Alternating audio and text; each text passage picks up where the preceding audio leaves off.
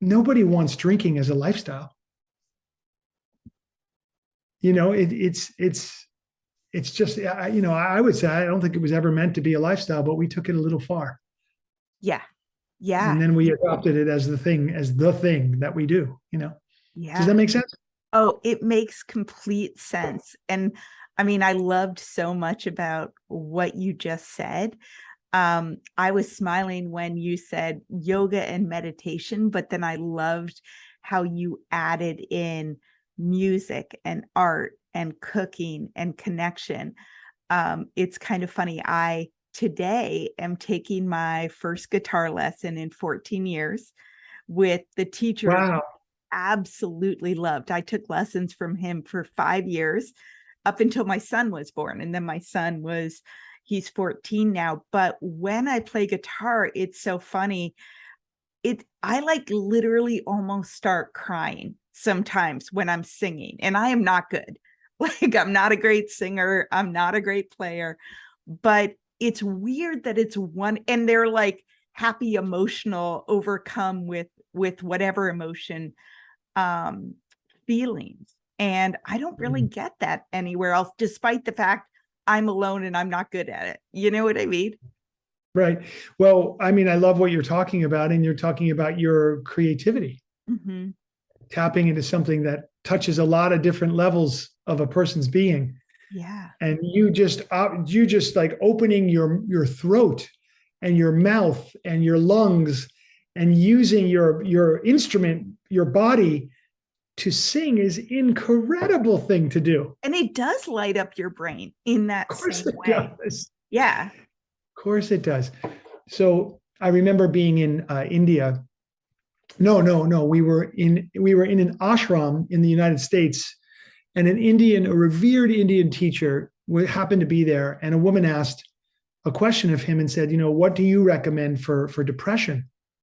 Like, there's rampant depression these days, and people are really struggling. And without missing a beat, he said, for depression, we recommend singing and dancing. Those are the two most powerful natural antidepressants. Yeah. We sing and we dance, and you'll notice that people who are depressed are not doing those things. And they're actually the last things that those folks want to do. And so we have to get ourselves up by any means we can, and Mhm. get up and sing and open our mouths and sing and dance and move the energy. And I truly, truly, truly believe that would be super helpful for almost anyone Yeah. who's stuck in anxiety or depression or whatever it is. So get high every day. Yeah. Do it. Yeah. Yeah.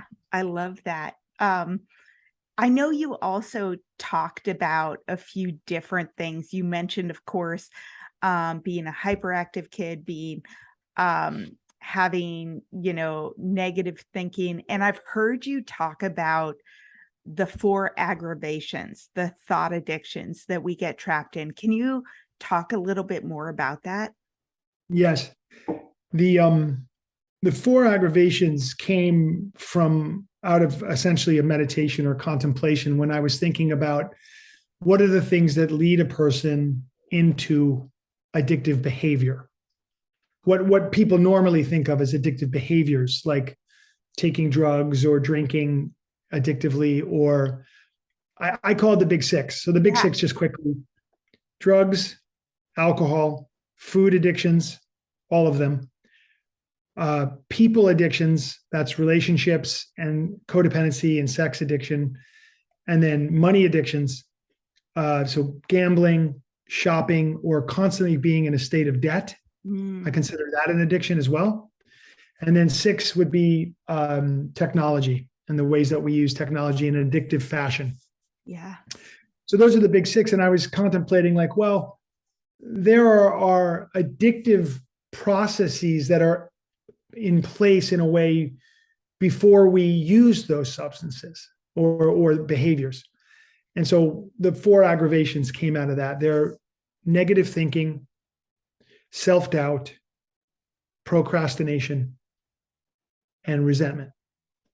So those are the four. There are probably one or two or three that I could add under further sort of reflection. The four aggravations. You could look at shame and guilt as possibly another one, but those four: self-doubt. The idea here is that addiction is any behavior you continue despite it bringing a negative consequence into your life. So with self-doubt, that's a behavior, that's a belief system. You doubt yourself, you doubt your ability, you doubt your worth in some way, that it brings a lot of pain into your life, and it just continues. And some people feel like they're not doing that. Like, I have self-doubt, it's happening to me. Yeah. I'm not doing it. No, you're participating in a belief system that no longer serves you. And this is where we start to look at addiction in a much broader perspective. Mm-hmm.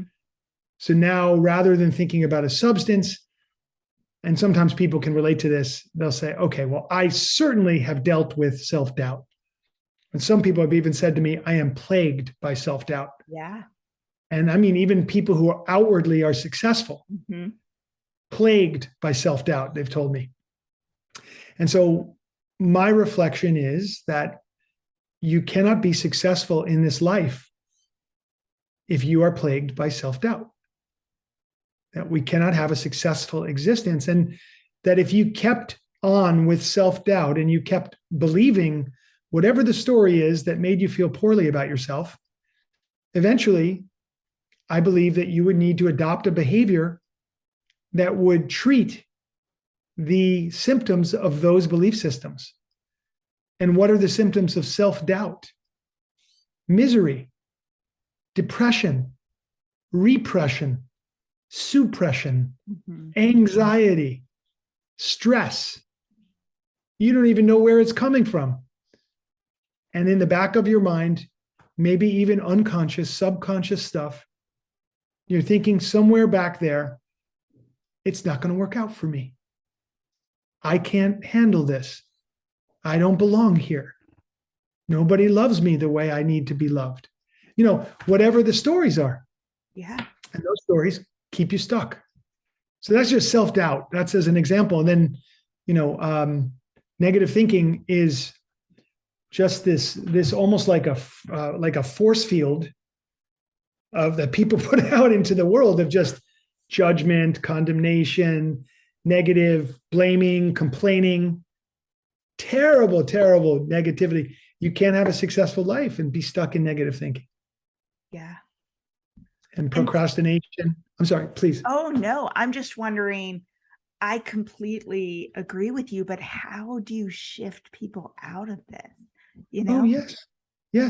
You can shift out of these things for sure. For one thing, you have to get around positive people. Your environment makes a big difference. We are affected by others. The way I would put it is, consciousness is contagious. Yes. So you need to be around people of a higher level so that you can sort of catch their consciousness, if you will. So, yeah, I mean, if you're stuck in negativity, you have to begin to work that out. First of all, you have to be able to see it. Wow, somebody might say to you one day, my God, you are such a negative person. And you would not receive that well. You might say a few expletives to that person. You might deny the statement. No, that's not me. That's not me. You don't really know me. Or you might try to defend it. Well, yes, I am negative, but if you really knew what had happened to me, you'd understand why I have every right to be negative. Now, that's a self-defeating way of thinking.